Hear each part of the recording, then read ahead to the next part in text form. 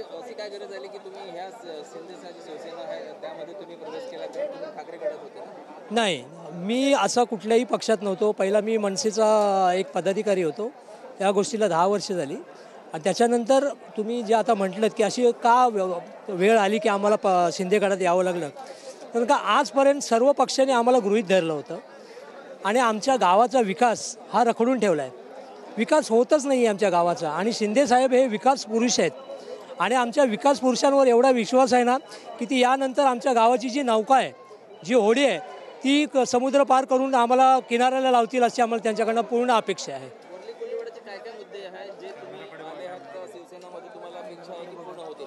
कारण की आमचं बघा, एक म्हणजे आमचं सीमांकन बाकी आहे, जे 2018 साली गव्हर्नमेंट सर्वे सरकारने आमचं करून दिलं होतं, त्याचा अजून निकाल आमच्या नावे लावलेला नाही आहे.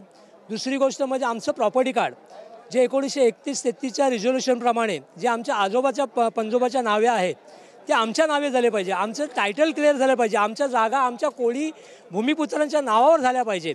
आणि तिसरी गोष्ट म्हणजे संपूर्ण गावाचा आणि कोळीवाड्याचा विकास हा झाला पाहिजे आणि तो पण सर्वांगीण विकास झाला पाहिजे आणि तो पण आमच्या मर्जीप्रमाणे झाला पाहिजे. स्वयं विकास आमचा झाला पाहिजे आणि त्यासाठी एकनाथ शिंदे साहेबांनी आम्हाला त्यासाठी ग्रीन सिग्नल दिला आहे की मी तुमच्या सदैव मोठ्या भावासारखा तुमच्या पाठीशी राहीन.